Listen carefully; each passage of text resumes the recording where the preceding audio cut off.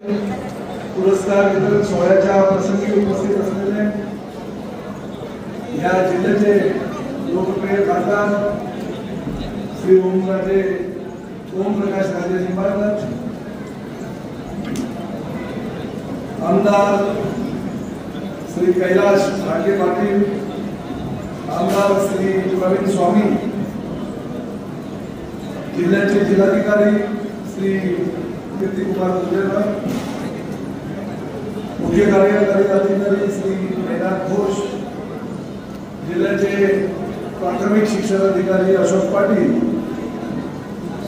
दयानंद जगनुरे, प्राचार्य शिक्षणाधिकारी श्रीमती सुधा सोळुंके, आमचे अण्णा पाटील सर, सुरज साळुंकेजी, मंचावर उपस्थित असलेले सर्व पदाधिकारी, ज्या कोणाचं नाव आलं असेल त्यांची दिलगिरी व्यक्त करतो. परंतु 3 वाजताचं विमान आहे आणि जिल्हाधिकारी साहेबांनी सकाळी 8 वाजल्यापासून कामाचा धडाका लावला आहे आणि सकाळी 8 वाजल्यापासून ते रात्री सुद्धा सोलापुरात रात्री 12:30 पर्यंत कार्यक्रम चालू होते. नंतर धाराशिवला आलो आणि सकाळी 8 वाजल्यापासून कार्यक्रम चालू असल्या कारणानं इथं यायला उशीर झाला. त्याबद्दल दिलगिरी व्यक्त करतो.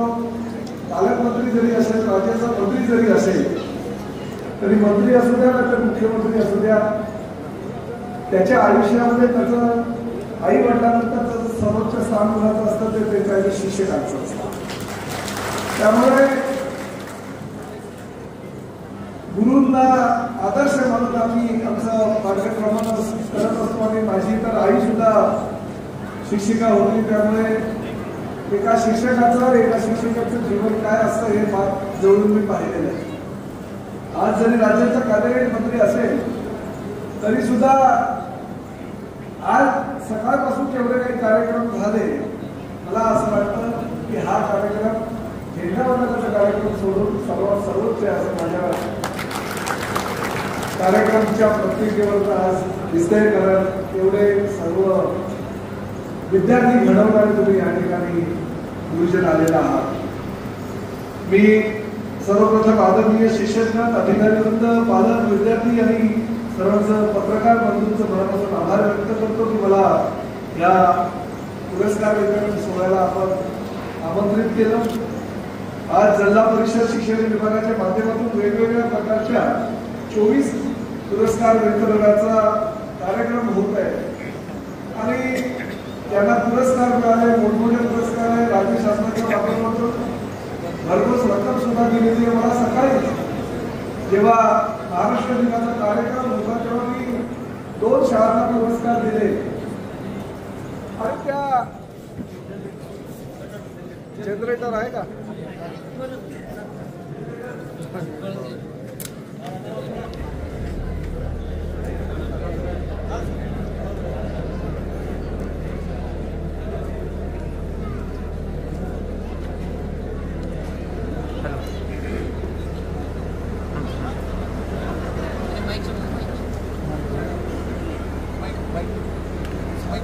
माईक चालू करा.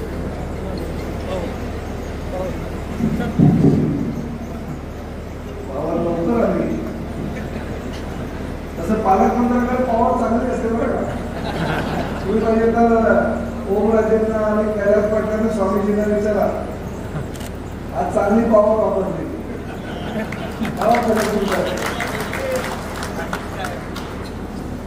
तर 2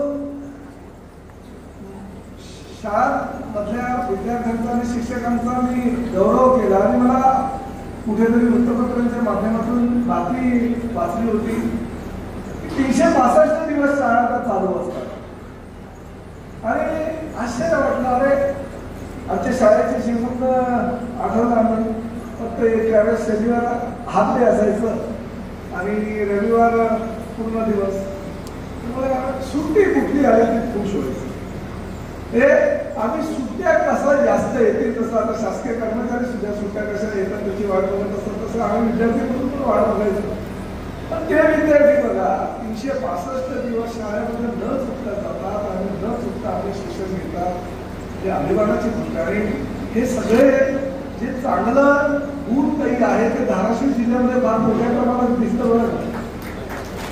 मगाशी कोणीतरी मंचावरून बोलत होतं की शिक्षक पुरस्कार मिळालेले किंवा जास्तीत जास्त चांगले पुरस्कार मिळालेले जर कुठले शिक्षक असतील ते धाराशिव जिल्ह्याचे, मला सुद्धा भले तुम्ही गुण मिळवता पण छाती माझी काही होतं ते, कारण फारच मी सुद्धा अभिनंदन मुख्यमंत्र्यांनी माझ्या मंत्रिमंडळातल्या सदस्यांना सांगत असतो का आमचा जिल्हा किती पुढे गेला, तो शिक्षक कशाची सक्षम आहे पण त्यामुळे अतिशय चांगल्या प्रकारचं काम आपण सगळ्यांना करतात. आमचा लोक हे सर्व मान्य आहे.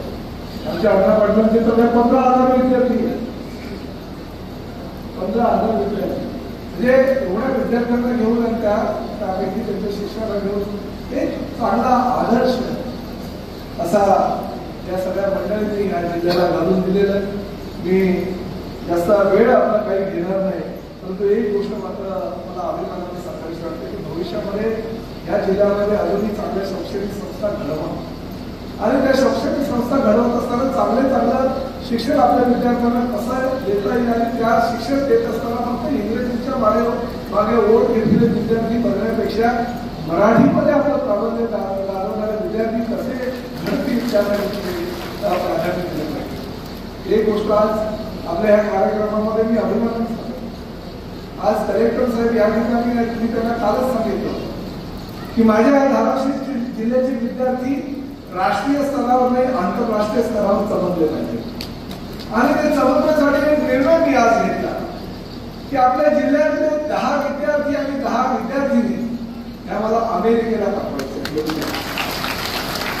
नासाच्या केंद्रामध्ये जाऊन ते विद्यार्थी प्रशिक्षण घेतील आणि जे आपण टीव्हीवर किंवा सोशल मीडियाच्या माध्यमातून बघतो की अंतराळात कसे जातात आणि सुनीता विल्यम्स अंतराळात काय करते, कशी वागते, कशी बोलते, तिचं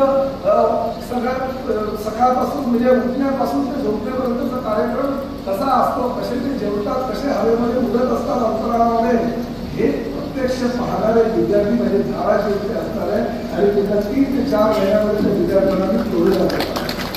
त्यासाठी 1.5 कोटी रुपयाची तरतूद केलेली आहे आणि फक्त विद्यार्थी तुम्ही म्हणाल विद्यार्थ्यांना पाठवता शिक्षकांचं काय, तर त्याबरोबर त्या विद्यार्थ्यांना घेऊन जाणारे शिक्षकही मी पाठवणार. तुम्ही जर चांगले विद्यार्थी घडवले तर त्या चांगल्या विद्यार्थ्यांना घडवणारे शिक्षकही त्यांच्याबरोबर असतात. त्यामुळे काळजी करू नका, आम्ही तुमचाही विचार केला, परंतु ही सुरुवात आहे. आज 20 मी पाठवलं, उद्या 200 पाठवू शकेल असे विद्यार्थी या जिल्ह्यात घडवण्याची जबाबदारी तुमची आहे आणि ते तुम्ही घडवा याची मला खात्री आहे. अतिशय सुंदर या ठिकाणी बघा प्रसंग लागला असतात आमच्या नाही आमच्या पक्षाचे वगैरे काही राजकीय पक्षाचे मिळाले जेव्हा होतात तेव्हा आम्हाला माणसं घडून लावावे लागतात, पकडून आणायला लागतात, बरोबर ना?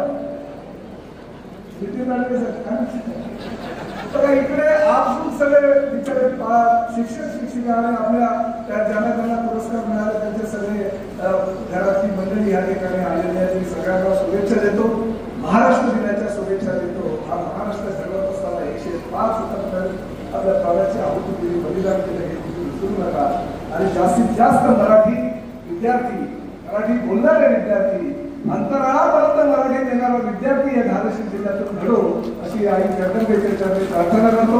तुम्हाला शुभेच्छा देतो. या कार्यक्रमाला मला भरपूर वेळ थांबायला खूप आनंद झाला असता, परंतु विमान 3 वाजता उडायलाच पाहिजे असा नियम आहे आणि त्यामुळे मी आपली रजा घेतो, क्षमा मागतो.